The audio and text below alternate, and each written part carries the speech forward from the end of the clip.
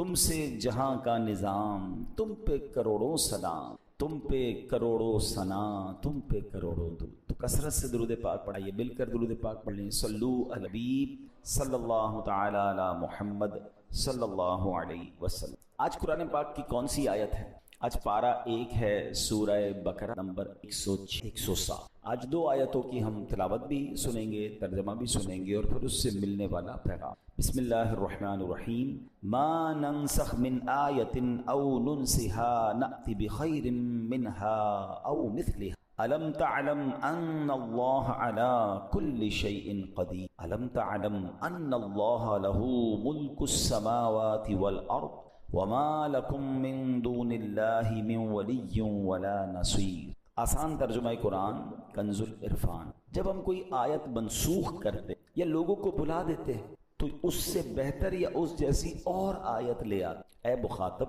کیا تجھے معلوم نہیں کہ ہر شے پر کیا تجھے معلوم نہیں کہ آسمانوں اور زمین کی بادشاہی اللہ ہی کے لیے، اور اللہ کے مقابلے میں تمہارا نہ کوئی حمایتی ہے اور نہ ہی۔ آیت نمبر 106 107 پارہ نمبر 1 کی ہم نے سنی ہے اور اس کا ترجمہ سنا۔ اب ان 2 آیات میں ایک بڑا بہت اہم مسئلہ بیان ہوا ہے، ویری امپورٹنٹ ٹاپک، جسے مسئلہ نسخ کہا جائے۔ یہ دراصل یہود کا ایک اعتراض تھا جس کا یہاں جواب دیا۔ یہود مسلمانوں کو ورغلانے کے لیے کیا کہتے تھے؟ دیکھو، محمد علیہ الصلوۃ والسلام پہلے کوئی حکم دیتے ہیں، بعد میں نیا حکم لے آتے ہیں، یعنی پچھلا کینسل ہو جاتا ہے، اب دوبارہ نیا آ جاتا ہے۔ تو اللہ پاک نے اس مقام پر یہود کے اس اعتراض کا جواب کہ یہ جو پچھلا حکم منسوخ ہوا، پچھلا حکم منع کر دیا گیا، نیا حکم قرآن میں آ گیا، اس کی وجہ کیا ہے اور کیا خوبصورت انداز میں یہ بیان ہوا ہے۔ اب پہلے تو مسئلہ نسخ جو ہے، جس کو ناسخ و منسوخ بھی کہتے ہیں، کہ پہلے آیا بعد میں کینسل ہو گیا پھر نیا حکم آ گیا، اس کی وضاحت ذرا غور سے سن لیجئے گا، یہ آئندہ آپ کو انشاءاللہ جو ڈسٹرب کرنا چاہتے ہیں وہ ڈسٹرب نہیں کر سکیں گے۔ اب ویسے تو یہ اتنا اہم ٹاپک ہے جو ہر بندے کے لیے آسانی سے سمجھنا مشکل ہے، کیونکہ یہ درس و تدریس کے ذریعے، یہ علم اور علماء کے ذریعے ایک لمبی بحث ہے، اور اسی کی وجہ سے بعض ملحدین، اسلام دشمن لوگ سوشل میڈیا پر آ کر بھی بکواس کر کہ جناب دیکھیں پہلے قرآن نے کیا حکم دیا، بعد میں حکم تبدیل ہو گیا ہے، معاذ اللہ۔ تو یہ اعتراض کرتے ہیں۔ تو اب 2-3 اگزامپل کے ذریعے، دنیاوی اگزامپل کے ذریعے، آسان مثالوں سے اس مسئلے کو سمجھ لیں جو ہم دنیا میں بھی پریکٹس کرتے ہیں۔ مثال کے طور پہ کہ بچہ پیدا ہوتا ہے، جب بچہ پیدا ہوتا ہے تو ایک خاص مدت تک اسے صرف ماں کا دودھ ہی پلایا اور کچھ نہیں کھلایا جاتا۔ ایک وقت آتا ہے پھر اسے کچھ ہلکی ہلکی ٹھوس غذا دینا شروع کی جاتی، لکوڈ ہوتا ہے مگر تھوڑا گاڑھا لکوڈ ہوتا ہے، اور پھر ایک وقت آتا ہے کہ ماں اپنا دودھ چھڑا دیتی ہے اور پھر اسے نرم غذا، تھوڑے عرصے بعد پھر روٹی بھی کھانے لگتا ہے۔ وہ جتنا بڑا ہوتا جاتا ہے اس کی غذا ٹھوس ہوتی جاتی ہے، سالڈ ہوتی جاتی ہے۔ تو اب مجھے بتائیے کہ کیا اس وقت ماں کا دودھ دینا غلط تھا؟ کوئی بے وقوفی کہے گا نا کہ جناب پھر ماں کا دودھ کیوں دیا تھا، اگر اس کو آخر میں روٹی کھلانی تھی تو ماں کا دودھ نہیں دینا تھا۔ بھائی اس وقت ماں کے دودھ کی ضرورت تھی، گریجولی وہ بڑا ہوا تو نرم غذا پر آیا، اب گریجولی بڑا ہوا تو پراپر کھانے لگ گیا۔ اس وقت کی ضرورت وہ تھی، اس کے بعد ضرورت بدلتی گئی، بچہ اسٹرانگ ہوتا گیا، اس کی غذا بھی اسٹرانگ ہوتی گئی۔ بات سمجھ آ رہی ہے؟ ایک اور ایگزامپل سے ہم ڈاکٹر کے پاس جاتے ہیں، ڈاکٹر ہماری طبیعت دیکھ کر کوئی دوائی دے، کہتا ہے 1 ہفتے بعد دوبارہ آنا۔ ہم ہفتے بعد جاتے ہیں، کہتا ہے اب یہ دوائی بند کر دو، اب یہ دوائی شروع کر دو۔ تو کوئی بے وقوف آدمی کہتا ہے ڈاکٹر صاحب وہ دوائی پھر کیوں دی تھی، آپ نے پھر غلط تھا آپ کا فارمولہ۔ ڈاکٹر کو پتا ہے کہ ابھی بیماری ایسی ہے کہ اینٹی بائیوٹک دینی ہے، 1 ہفتے بعد ابھی نارمل کی پوزیشن میں آ رہا ہے تو اینٹی بائیوٹک ختم، اب اور کوئی دوائی دینی ہے۔ ڈاکٹر جانتا ہے نا کہ ہم جانتے ہیں۔ اچھا، ڈاکٹر پر اعتراض نہیں ہے، بلکہ کہتے ہیں ڈاکٹر صاحب بہت اچھا ہے۔ اچھا، بعض اوقات کہتے بھی ہیں جتنی بھی دوائیں پڑی ختم، اب یہ نہیں کھائیں گے، اب دوسری کھائیں گے، کیونکہ جو ٹارگٹ اچیو کرنا تھا، جو ہماری طبیعت میں بدلاؤ لانا تھا، وہ ڈاکٹر نے 4-5-6 دن میں حاصل کر لیا، ٹھیک ہے نا۔ تو اب یہ جراثیم وہ ختم ہو گئے، بیکٹیریا ختم ہو گئے، اب وہ کسی اور طرف ہمیں لے جاتے ہیں۔ اللہ اکبر، جب ڈاکٹر کی بات سمجھ آ رہی ہے۔ اچھا، اس کی بہت ساری مثالیں دی جا سکتی ہیں، لیکن میں صرف 2 ایگزامپل کے ذریعے سمجھائی جو ہم سب ایکسپیرینس کرتے ہیں۔ ہم سب بچے تھے، چھوٹے تھے، ہماری غذا اور تھی، بڑے ہوئے ہماری غذا بدلی، ہمارے بچے ہوتے تو ان کی غذا بچپن میں کچھ اور ہے، آگے جا کے کچھ اور ہے۔ تو اس وقت اس غذا کی ضرورت بھی صحیح فیصلہ تھا، بعد میں غذا کا امپروو کرنا بھی صحیح فیصلہ۔ اس وقت اس دوائی کا ڈاکٹر کا فیصلہ بھی ٹھیک تھا، بعد میں اس دوائی یا اس فارمولے یا اس کورس کو ختم کر کے دوسرا کورس شروع کرنا بھی ڈاکٹر کا عموماً صحیح فیصلہ ہوتا ہے۔ تو اب میرے پیارے اسلامی بھائیوں، اب یاد رکھیے کہ رب کریم سبحان اللہ اب یہاں مثال سمجھانے کے لیے دی ہے. یہ ناسخ و منسوخ کی رب کی مرضی، وہ مالک خالق، اس کی مرضی کون سا حکم پہلے عطا فرمائے بعد میں اسے منع فرما دے. اب اس میں رب عز و جل جو ہے سبحان اللہ وہ بہت حکمت والا، وہ نہایت حکمت اس کی جو ہے وہ نہایت کامل و اکمل ہے. اس نے خاص حکمت کے تحت ہمیں حکم دیا، اور اللہ اپنی حکمت کے ذریعے جتائے کہ میرے بندے اس حکم پر 2 سال عمل کریں گے، جو تبدیلی ان کے اندر چاہیے وہ 2 سال میں آ جائے گی. جب 2 سال مکمل ہو گئے تو رب کریم نے وہ حکم منسوخ فرما دیا، کینسل ہو گیا، نیا حکم آ گیا. اسی کو نسخ کہتے ہیں. اس میں ہمارے لحاظ سے تو حکم تبدیل ہوا، لیکن حقیقت یہ ہے کہ جب نیا حکم آیا تو پتا چلا وہ پرانا حکم 2 سال، اس کو 2 سال ہی رب کی مشیت تھی، 1 سال ہی تھا.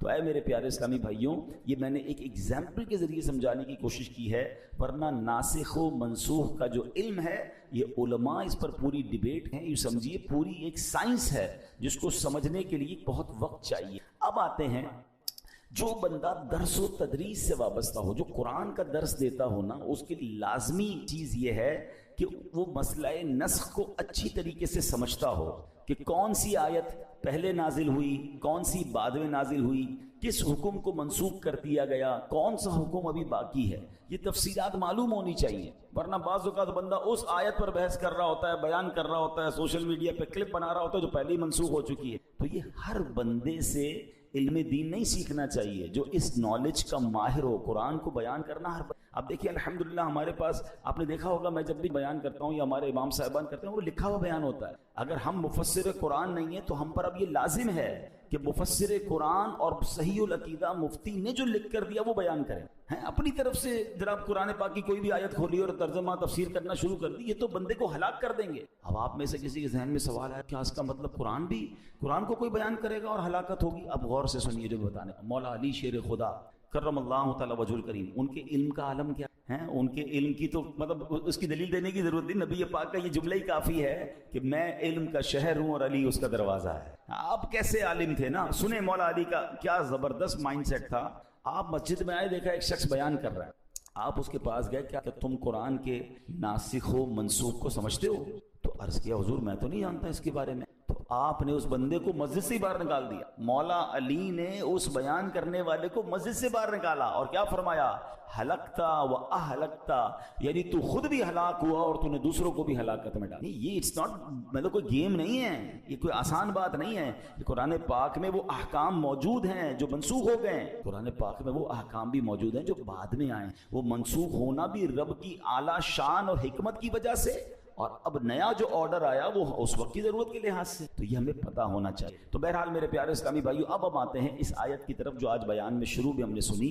اللہ کریم قرآن پاک میں فرماتا ہے ما ننسخ من آیت او ننسها نأتی بخیر منها او مثلها. اور جب ہم کوئی آیت منسوخ کرتے ہیں یا لوگوں کو بھلا دیتے ہیں تو اس سے بہتر اس جیسی اور آیت، یعنی اللہ پاک جو بھی حکم منسوخ فرماتا ہے اس کی جگہ ایسا حکم نازل فرماتا ہے جو پہلے والے حکم سے زیادہ آسان، بندوں کے حق میں زیادہ ثواب والا، اس سے بہتر ہوتا ہے. یہ اسی کی مثل نیا حکم نازل فرما دیتا. یاد رکھیں کہ یہ ناسخ اور منسوخ، یعنی یہ منسوخ فرمانا جو ہے یہ کوئی عیب نہیں ہے، معاذ اللہ، یہ کسی جہالت کی وجہ سے نہیں ہے، بلکہ اللہ قرآن میں فرماتا ہے الم تعلم ان اللہ علی کل شیء قدیر. اے مخاطب کیا تجھے معلوم نہیں کہ ہر شے پر سبحان اللہ، یعنی یہ حکم کا بدلنا، اس کائنات کا نظام حکمت سے چلانا اسی لیے ہے کیونکہ اللہ ہر چیز پر قدرت رکھتا ہے. یہ اس کی قدرتوں کا نشان ہے کہ وہ رات کو بدل کر دن بنا دیتا ہے، دن کو بدل کر رات بنا دیتا ہے، بہار کو خزاں میں تبدیل فرما دیتا ہے، خزاں کو بہار، سمندر کو بخارات اور بخارات سے بادل اور بادل سے بارش برسا کر پھر سمندر بنا دیتا ہے.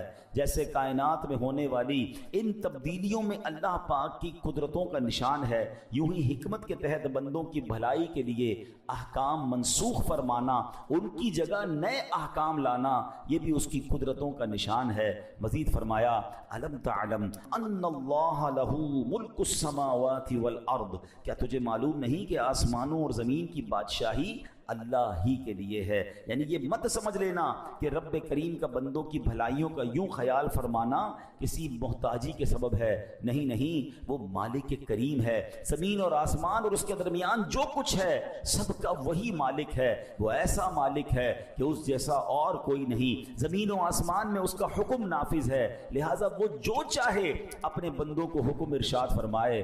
بندوں کا کام اعتراض کرنا نہیں، بندوں کا کام حکم ماننا ہے، لبیک کہنا ہے. لہٰذا نسخ پر اعتراض مت کرو، جو حکم دیا جا رہا ہے اس پر عمل کرو. اور یاد رکھو، اب آیت کا اگلا حصہ سنیں، وَمَا لَكُم مِّن دُونِ اللَّهِ مِن وَلِيٌّ وَلَا نَصِيرٌ. اور اللہ کے مقابلے میں تمہارا نہ کوئی حمایتی ہے اور نہ ہی مددگار. یعنی اللہ پاک کے مقابلے میں تمہارا کوئی مددگار نہیں ہے، نہ کوئی دوست ہے. بس اللہ کے احکام کو مضبوطی سے تھام لو. اے میرے پیارے اسلامی بھائیوں، اب ذرا آگے چلتے ہیں، اس آیت کو اور مزید ایلوبریٹ کرتے ہیں اور اس کی خوبصورت موتی تلاش کرتے ہیں. اللہ فرماتا ہے، الم تعلم ان اللہ لہ ملک السماوات والارض. کیا تجھے معلوم نہیں کہ آسمانوں اور زمین کی بادشاہی اللہ ہی کے لیے ہے؟ میرا بھی مالک وہ عظیم و حکیم رب ہے، آپ کا بھی مالک وہی ہے. زمین و آسمان کی ہر چیز کا وہی مالک ہے، وہی مددگار ہے، وہی کارساز ہے. سبحان اللہ. ہم حمد کا شعر پڑھتے ہیں نا، اللہ واحد و یک، ایک خدا بس تنہا ہے، کوئی نہ اس کا ہمتا ہے، ایک ہی سب کی سنتا ہے. لا الہ الا اللہ آمنا برسول اللہ. وہ ہے منزہ شرکت سے، پاک سکون و حرکت سے، کام ہے اس کے حکمت سے، کرتا ہے سب قدرت سے. لا الہ الا اللہ آمنا برسول اللہ. اے میرے پیارے اسلامی بھائیوں، اللہ کریم کی قدرت، اللہ کریم کی اس کائنات کی وسعت کیسی ہے. اب تو سائنس بھی حیران ہے. ہم جب چھوٹے تھے تو ہمیں پڑھایا جاتا تھا، سائنس کے جب سبجیکٹ ہوتے تھے کہ دنیا میں 8 پلینٹ ہیں، 9 پلینٹ ہیں. اچھا، اس کے نام بھی ہمیں یاد تھے. ہم یہی سمجھتے تھے ایک زمین ہے، ایک چاند ہے، ایک سورج ہے، ایک مارس ہے، پھر پلوٹو ہے، اور جناب یہ 7-8 سیاروں پر بس یہ دنیا قائم ہے. جیسے ہمارا پلینٹ ہے ایسے 8 ہیں. سائنس کی عقل وہیں تک پہنچی تھی، اور اس کے بعد اب سائنس نے بتایا نہیں جناب، ابھی تو بہت ساری کہکشائیں ہیں. تھوڑا معاملہ آگے بڑھا تو سائنس کی وہ تھیوری بھی کینسل ہو گئی. کہتے یہ ایک کہکشاں نہیں ہے، یہ تو اربوں کہکشائیں ہیں. اور جناب ہماری زمین تو اس پوری دنیا میں ایک نقطے کی حیثیت بھی نہیں رکھتی ہے. ہم اپنی دنیا کو پوری نہیں دیکھ پا رہے. ہم کبھی کسی ملک میں جاتے ہیں تو حیران ہو جاتے ہیں کہ یا اللہ تیری قدرت ایسی، یہ پہاڑ ایسے، یہ آبشار ایسے، اتنی وسعت دنیا میں موجود ہے کہ راؤنڈ گلوب ٹریول کرنا مشکل ہے. مگر جو تھوڑا سا سائنس کو اور اس کائنات کو دیکھ رہے ہیں یا اس پر سرچ کرتے ہیں تو پتہ چلتا ہے کہ اگر اس پوری کائنات کی کوئی ڈرائنگ ہوتی تو اس ڈرائنگ میں ایک بہت چھوٹا سا ٹائنی سا اگر کوئی نقطہ ہے تو یہ ارتھ بنتی ہے جہاں اربوں لوگ بستے ہیں. تو بتاؤ نا اس رب کی کائنات کتنی بڑی ہے. اور یہ بھی سائنس کی اب کی تحقیق ہے. ہو سکتا ہے 100 سال بعد کہیں جناب جتنا سوچا تھا یہ بھی ایک نقطہ ہے، یہ کائنات اس سے بھی وسیع ہے. اللہ اکبر. اب آئیے ایک حدیث سے سمجھیے گا کہ میرے رب کی کائنات کتنی بڑی ہے. اللہ اکبر. ایک جو آیت الکرسی میں ہم وہ پڑھتے ہیں نا، ایک بڑی خوبصورت آیت ہے، وَلَا يَؤُودُهُ حِفْظُهُمَا وَهُوَ الْعَلِيُّ الْعَظِيمُ. ترجمہ، اور ان کی حفاظت اسے تھکا نہیں سکتی، اور وہی بلند و شان والا، عظمت والا ہے. یعنی اللہ کریم اس پوری کائنات کی حفاظت فرما رہا ہے، زمین کی، آسمان کی، پوری جتنی بھی گلیکسیز ہیں. فرمایا یہ حفاظت اللہ کو تھکاتی نہیں ہے. ہاں، وہ ایسا قادر ہے، وہ ایسا مالک ہے. علامہ قرطبی رحمۃ اللہ تعالی علیہ نے تفسیر قرطبی میں ایک روایت ذکر کی. اب ذرا غور سے سنیے گا. کہتے ہیں ایک فرشتہ ہے جس کا نام حزقیائیل ہے. اس کے 18,000 پر ہیں، اور ہر پر کی جو لمبائی ہے نا اس کی وڈتھ کتنی ہے؟ فرمایا 500 سال کی راہ ہے. یعنی 500 ایئرز. اگر کوئی ہارس رائڈر گھوڑا دوڑائے وہ جتنا ٹریول کرے گا اتنی لمبائی ایک پر کی ہے، اور 18,000 پر ہیں. ٹھیک ہے. تو اب اس کے دل میں خیال آیا کہ یا اللہ میں تیرے عرش کا نظارہ کرنا. ہمارے یہاں بھی کچھ لوگ ہوتے ہیں کہتے ہیں ورلڈ ٹور کرتے ہیں کہ دنیا بڑی ہے، جاتے ہیں لوگ ٹریول پہ. اس فرشتے کو یہ شوق ہوا کہ میں اللہ کے عرش کا ایک چکر لگا لوں. پر کتنے؟ 18,000 پر. ہر پر کتنا بڑا وہ آپ نے سن لیا. 500 ایئرز گھوڑ سوار گھوڑا دوڑائے، اتنا بڑا پر. جب یہ فلائی کرتا ہوگا تو اسپیڈ آف ٹریولنگ کا کیا عالم ہوگا. اللہ اکبر.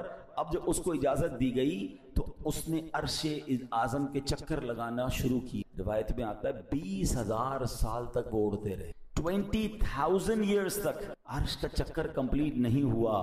اللہ اکبر. اللہ پاک نے اس کے پر ڈبل کر دیے. 18,000 تھے 36,000 کر دیے. طاقت بھی دگنی کر دی, اسپیڈ بھی ڈبل کر دی ہیں. اب غور کریں کتنی اسپیڈ بڑھ گئی. فرمایا مزید 30,000 سال تک وہ اڑتے رہے. عرش الہی کا پورا راؤنڈ نہ کر سکے, اللہ کے عرش کو پورا کمپلیٹلی نہ دیکھ سکے.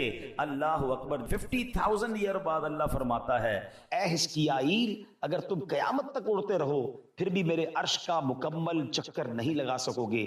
حضرت حزقیائیل علیہ السلام نے یہ بات سنی تو ادب سے کہا سبحان ربی العالی, میرا رب بلند و بالا ہے. اے میرے پیارے اسلامی بھائیوں, یہ ہے میرے رب کی شان, یہ ہے اس کی قدرت کی وسعت, اور یہ ہماری سوچ سے ورا ہے. اب جو سائنس کے اسٹوڈنٹ ہیں نا ان کو یہ بات اب سمجھ آنے لگی ہے کہ what is beyond the imagination. کچھ لوگوں کو ہم پہلے کہتے تھے نا کہ اللہ کی قدرت سمجھ میں نہیں آ سکتی, تو بحث کرتے تھے یار سمجھ میں تو ہر چیز آتی ہے, تھیوری ہونی چاہیے, سائنس ہونی چاہیے, everything will be possible. آپ بتائیں ہمیں سمجھائیں. ہم کہتے قدرت سمجھ نہیں آتی. کوئی کہتا جناب ابے یہ فلاں چیز بتائیں جنت میں نعمتیں کیسی ہوں گی. ہم کہتے ہیں بیونڈ امیجنیشن, کیونکہ حدیث پاک میرے آقا نے فرمایا نہ کسی آنکھ نے دیکھا, نہ کسی کان نے سنا, نہ کسی دل کا گمان گزرا. یعنی جنت کی نعمتیں ایسی ہیں جس کے بارے میں آپ سوچ بھی نہیں سکتے. سوچ سے بڑھ کر اللہ نے وہ نعمتیں دی ہیں. تو ذرا زیادہ پڑھ لکھ لیتا ہے نا آدمی تو کہتا ہے ایسا کیسے ہو سکتا ہے, کچھ تو ہوگا, امیج تو بنانے دیں, سوچنے تو دیں. اب سائنس نے پروف کر دیا کہ آج سے 50 سال پہلے جو سائنس سوچتی تھی اس سے جناب سب کچھ باہر نکل گیا. اب بلیک ہول دریافت ہوئے, اب کہکشائیں دریافت ہوئی, اور سائنس کہتی پچھلی ساری تھیوری بیکار. جناب دنیا تو اس سے بہت بڑی ہے. اب ہو سکتا ہے اگلے 50-100 سال بعد آپ کو کہا جائے کہ 2025 میں جو ہم بات کرتے تھے وہ ساری باتیں غلط تھیں, دنیا اس سے بھی بڑی ہے. اور ایسا ہی ہے میرے رب کی کائنات کے کناروں کو, اس کی وسعتوں کو کون دیکھ سکتا ہے. تو یہ بات ہمیں سبحان اللہ قرآن و حدیث کے ذریعے مل رہی ہے کہ میرا رب کتنا عظیم ہے. بے ساختہ زبان سے نکلتا ہے سبحان ربی العالی, اللہ اکبر. بس ایک دل میں الحمدللہ, وہ اس کو کہتے ہیں نا ایمان کی, جو جس کو کہیں کہ یہ ہمارے ایمان کی طاقت اور ایمان کا یقین ہونا چاہیے کہ میرا رب سبحان اللہ یہ تو جتنی بڑی کائنات ہے نا وہ چاہے تو کن فرما کر ایسی ہزارہ دنیایں اور بنا. ہاں یاد رکھیے ان اللہ علی کل شیء قدیر. تو اے میرے پیارے اسلامی بھائیوں, اب ہمارے دل کو ڈھارس بن رہی ہے نا کہ جب ایسے عظیم مولا کے ہم بندے ہیں نا تو پھر چھوٹے چھوٹے معاملات میں گھبرایا نہ. ہمارے لیے بعض اوقات معاملہ بڑا ہوتا ہے, میرے رب کے لیے کچھ بھی نہیں ہے. ہاں کیوں کر نہ میرے کام بنے غیب سے, کیوں کر نہ میرے کام بنے غیب سے حسن, بندہ بھی ہوں تو کیسے بڑے کارساز. اس عظیم مولا کا بندہ ہو کر پھر ہم گھبراتے ہیں, پھر ہم ٹینشن میں آ جاتے ہیں, پھر ہم دنیا والوں کے چکر لگاتے ہیں. زندگی کا ایک اصول بنا لیں, اپنے کام سپرد کریں اپنے رب کے. پرابلم میں آ گئے کہ اللہ مالک ہے, وہ اللہ ہے ہی, جب مالک ہی وہی ہے, کریم بھی وہی ہے, خالق وہی ہے, اس پوری کائنات کو چلا رہا ہے, تو میرے پرابلمز اس کے لیے کچھ بھی نہیں. بس پرابلم یہ کہ میرا اس سے کنیکشن لوز ہو جاتا ہے, میرا رابطہ کم ہو جاتا ہے, میرا بھروسہ ہل جاتا ہے, یقین شیک ہو جاتا ہے. اب یقین کریں جس کا رب پر بھروسہ مضبوط ہو جائے نا اس کے کام کیسے غیب سے بنتے ہیں. آئیے میں آپ کو 1-2 واقعات سناتا ہوں. کچھ لوگ پریشانی میں ہوں گے, قرضے میں ہوں گے, کسی ڈیفیکلٹی میں ہوں گے, گھبرا جاتے ہیں اور جناب بڑے پریشان ہو جاتے ہیں, ڈپریشن میں چلے جاتے ہیں. اب 2-3 باتیں سنیے گا. جو اللہ پر بھروسہ رکھتے ہیں نا, اللہ سے مدد مانگتے ہیں, دیکھو ان کے کام کیسے بنتے ہیں. خادم رسول حضرت انس بن مالک رضی اللہ عنہ فرماتے ہیں نبی پاک علیہ الصلوۃ والسلام نے فرمایا ایک صحابی بہت متقی اور پرہیزگار تھے, تجارت کیا کرتے تھے, ایک ملک سے دوسرے ملک مال لے جاتے تھے, دوسرے ملک سے مال لیتے تھے. دوران تجارت سفر پر روانہ ہوئے تو ایک جنگل سے جانا گزر ہوا, تو ایک شخص آیا, اس نے جنگی لباس پہنا ہوا تھا, ہاتھ میں تلوار تھی, اور آپ کا سارا سامان لے لیا تجارت کا, اور کا قتل ہونے کے لیے تیار ہو جائے. یہ سن کر صحابی نے کہا تم نے لے سارا مال لے ہو, مجھے قتل کیوں کر رہے ہو, مجھے جانے دو. تو کہا میں تمہیں مال بھی تمہارا لوں گا اور تمہیں قتل بھی کر دوں گا. وہ جو شخص تھا, ڈاکو جو تھا, وہ بڑا ظالم تھا. اتنا کہنے کے بعد تو جب ڈاکو آگے بڑھا تو آپ نے کہا ٹھیک ہے اب تم مجھے مارنے کا ارادہ کر ہی چکے ہو, مرنے سے پہلے میں اللہ کی بارگاہ میں سجدہ کرنا چاہتا ہوں. تو 4 رکعت پڑھنے دو. تو کہا ٹھیک ہے چلو قتل تو کرنا ہی ہے، تمہیں مال تو لے چکا ہوں، تمہاری خواہش پوری کرتا ہوں. وضو کیا، 4 رکعت نفل پڑھی اور سجدے کی حالت اللہ کی بارگاہ میں دعا کی. ترجمہ دیکھیں کیسا پیارا ہے. اے ودود، اے عرش مجید کے مالک، اے وہ کہ ہمیشہ جو چاہے کرنے والا ہے، تیری عزت جس کی کوئی انتہا نہیں، میں تجھے تیری اسی عزت کا واسطہ دیتا ہوں. اے ایسی بادشاہت کے مالک جس پر کوئی دباؤ نہیں ڈال سکتا، وہ نور جس سے تیرا عرش روشن ہے، میں تجھے اسی نور کا واسطہ دیتا ہوں. اے میرے پروردگار، مجھے اس ڈاکو کے شر سے محفوظ فرما. اے مدد کرنے والے میری مدد فرما، اے مدد کرنے والے میری مدد فرما، اے مدد کرنے والے میری مدد فرما. صحابی رسول نے گر گڑا کر 3 بار یہ دعا پڑھی. ابھی دعا سے فارغ نہ ہوئے تھے، اچانک ایک گھڑ سوار آئے، ان کے ہاتھ میں بھی تلوار ہے. اس ڈاکو کا کام تمام کیا، اس کو جناب مار کر اب وہ واپس جانے لگے. تو اب جب وہ گھڑ سوار جو آئے تھے، صحابی رسول کہتے ہیں آپ کون ہیں؟ اس جنگل میں کہاں سے آ گئے؟ میری مدد کیسے کی آپ نے؟ اللہ اکبر. گھڑ سوار کہتے ہیں میں اللہ کے فرشتوں میں سے ایک فرشتہ ہوں، 4تھے آسمان سے آپ کی مدد کے لیے. ہمیں لگتا ہے کہ کون مدد کرے گا، میں تو پھنس گیا، مجھے تو گھیر لیا گیا، مجھے تو دبا دیا گیا، دیوار سے لگا دیا گیا ہے، قرضہ میرا بڑھ گیا ہے، سارے لوگ میرے پیچھے پڑ گئے، میں کیسے نکلوں گا؟ ہم کیوں بھول جاتے ہیں؟ کیوں کر نہ میرے کام بنے غیب سے. بندہ بھی ہوں تو کیسے بڑے کارساز کا، پہلے یہ مانو تو صحیح میں اللہ کا بندہ ہوں، یہ ساری دنیا میرے خلاف ہو جائے، اگر رب کی مدد میرے ساتھ ہے تو کوئی کسی کا کچھ بگاڑ نہیں. وَتُعِزُّ مَن تَشَاءُ وَتُذِلُّ. ہمارا پرابلم یہ ہے ہم سب کے پاس جاتے ہیں، ہم رب کے پاس. اچھا یہ جو دعا ہے، حضرت انس بن مالک فرماتے ہیں جو شخص وضو کرے 4 رکعت پڑھ کر انہی کلمات کے ذریعے دعا کرے جن کلمات سے اس صحابی نے دعا کی، تو وہ دعا بھی قبول ہو جائے. تو یہ دعا بھی آپ چاہیں تو اس کو انشاءاللہ لے لیجئے گا. اور یہ ہے اللہ سے بھروسہ کرنا اور اللہ کی بارگاہ میں دل سے پکارنا. تو اللہ کرے کہ ہمیں یہ بات سمجھ آ جائے. حجاج بن یوسف، اچھا انہی انس بن مالک کا بھی واقعہ ہے کہ یہ حجاج بن یوسف جو تھا نا بڑا ظالم بادشاہ تھا، اس کو حضرت انس بن مالک سے ایک طرح سے دشمنی تھی کہ کسی طرح ان کو پکڑ کے معاذ اللہ ان کو شہید کر دوں گا. بڑے عرصے بعد حضرت انس بن مالک کو پکڑ لیا، کہ پتہ آج میں تمہارا کیا حل کر. تو کہا کہ نہیں میں تو تمہیں قتل کر دوں گا. حضرت انس مالک کہا تو تم کچھ بھی نہیں کر سکتے. کیوں نہیں کر سکتے؟ میں نبی پاک نے مجھے ایک دعا سکھائی ہے، میں وہ دعا پڑھ چکا ہوں، تم میرا کچھ بھی نہیں بگاڑ سکتے. وہ دعا بہت لمبی ہے مگر اس میں ایک حصہ یہ بھی ہے جو قرآن مجید میں ہے، بے شک میرا مددگار اللہ ہے جس نے کتاب اتاری اور وہ صالحین کو مدد کرتا ہے. حضرت انس بن مالک نے یہ کہا، حجاج بن یوسف نے آپ کو چھوڑ دیا. اس کے ساتھی کہتے ہیں اتنے عرصے سے انتظار کر رہے تھے کہ حضرت انس بن مالک آئیں گے، تم پکڑو گے، معاذ اللہ انہیں قتل کرو گے، تم نے ویسے ہی چھوڑ دیا.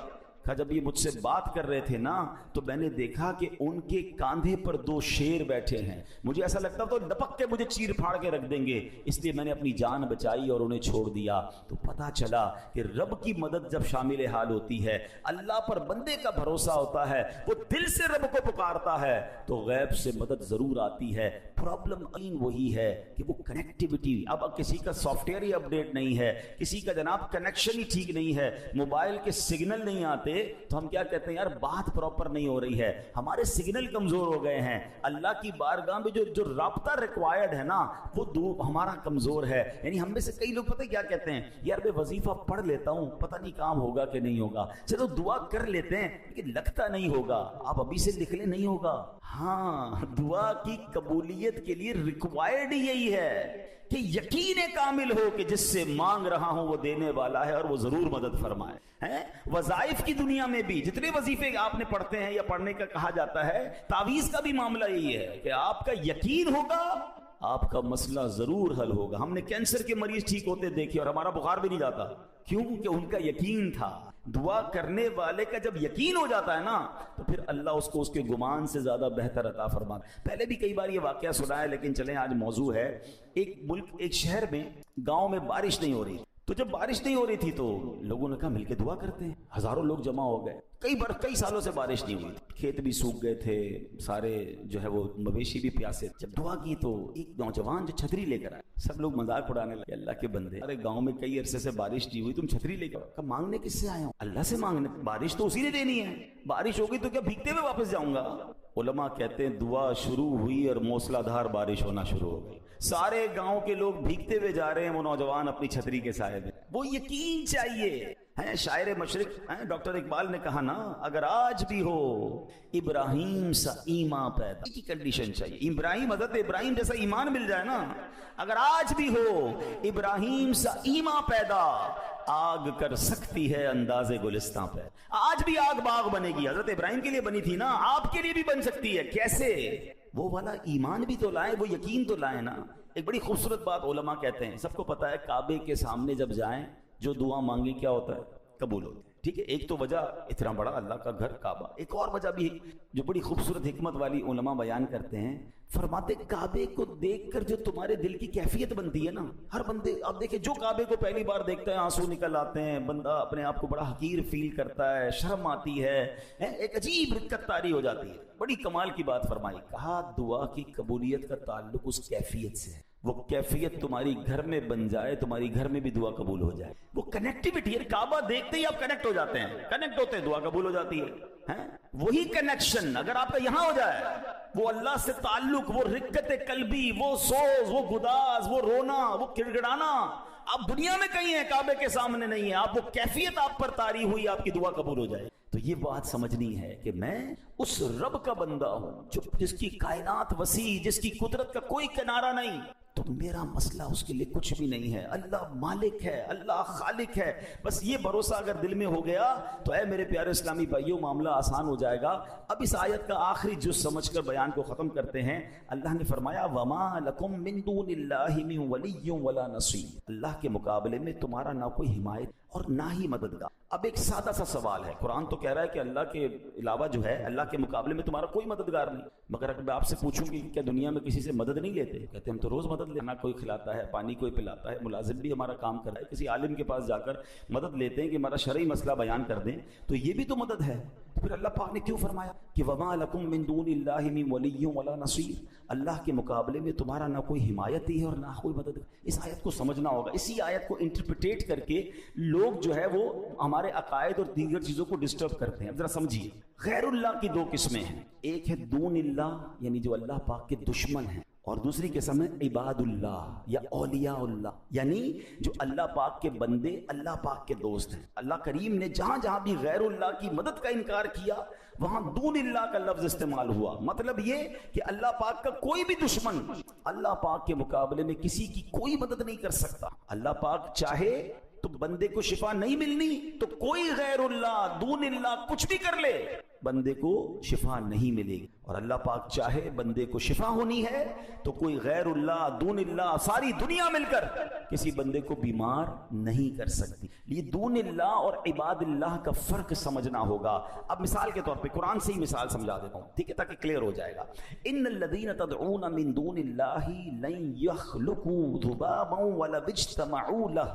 اللہ قرآن میں فرماتا ہے بے شک اللہ کے سوا جن کی تم عبادت کرتے ہو ہرگز ایک مکھی بھی پیدا نہیں کر سکیں گے اگرچہ سب اس کے لیے جمع ہو جائیں. اب یہ کون ہے؟ یہاں لفظ کیا استعمال ہوا؟ دون اللہ، اللہ کے سوا ہیں، اللہ کے غیر جو اللہ کے دشمن ہیں وہ ساری دنیا جمع ہو جائے ایک مکھی بھی نہیں بنا سکتی. اسی قرآن میں اللہ کیا فرماتا ہے؟ سبحان اللہ، ایک شاندار عبداللہ کی بات ہوئی. وہ کون ہے؟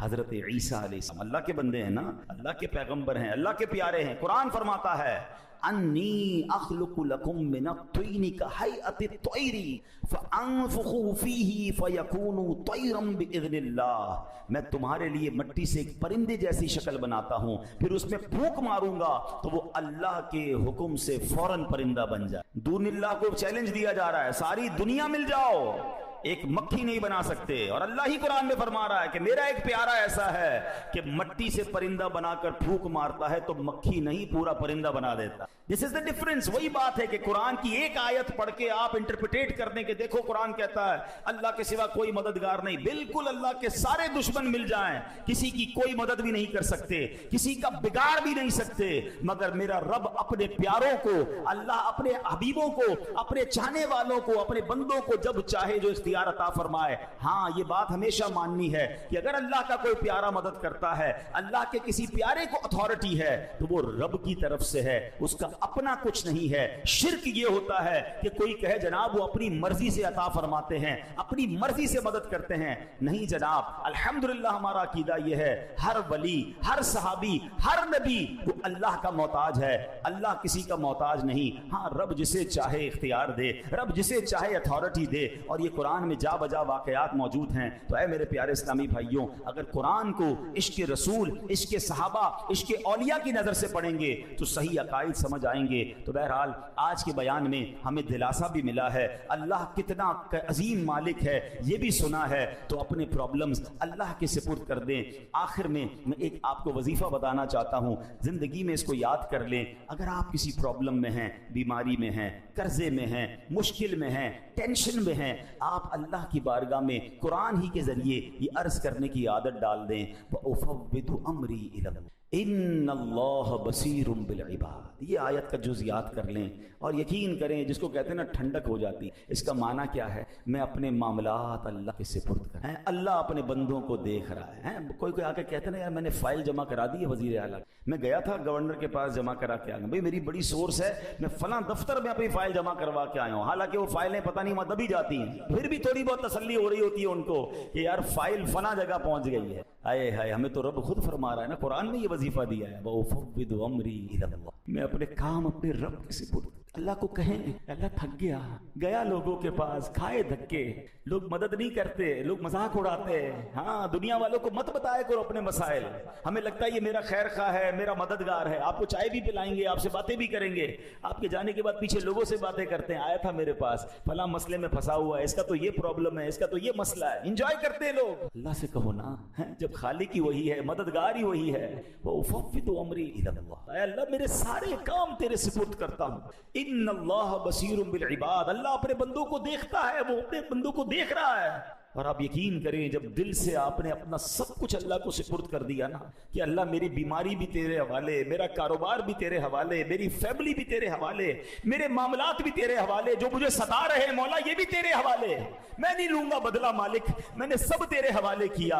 تو جو میرے لیے فیصلہ فرمائے میرے مالک میں راضی. اگر تیرا فیصلہ یہ ہے کہ میں دکھ میں رہوں تو مولا میں اس دکھ میں بھی راضی. اے اللہ تیرا فیصلہ یہ ہے کہ میں تکلیف میں رہوں, تو خالق, تو مالک, میں اس تکلیف میں بھی راضی. جس دن اس لیول پر آپ پہنچ گئے, پھر دیکھیں آپ کے کام کیسے غیب سے بنتے ہیں. ہمارا پرابلم یہ ہے, ہم اللہ سے بھی کنڈیشن کرتے ہیں, اے اللہ ایسا بنا دے, اے اللہ ایسا گھر چاہیے, اے اللہ یہ والی زندگی چاہیے. ایک بندہ وہ ہے جو اللہ سے کہتا ہے اللہ جس میں میں راضی مجھے وہ دے دے. جو اللہ والے ہوتے ہیں نا, وہ اللہ سے کہتے ہیں مولا جس میں تو راضی میں بھی اس میں راضی. ہاں جس دن یہ نصیب ہو گیا نا, حضرت ابراہیم نے اللہ سے کہا نہیں تھا آگ بجھا دے, فرشتوں نے آ کر کہا تھا ابراہیم اللہ سے تو کہو نا, ہم سے نہیں کہہ رہے, اللہ سے کہہ دو.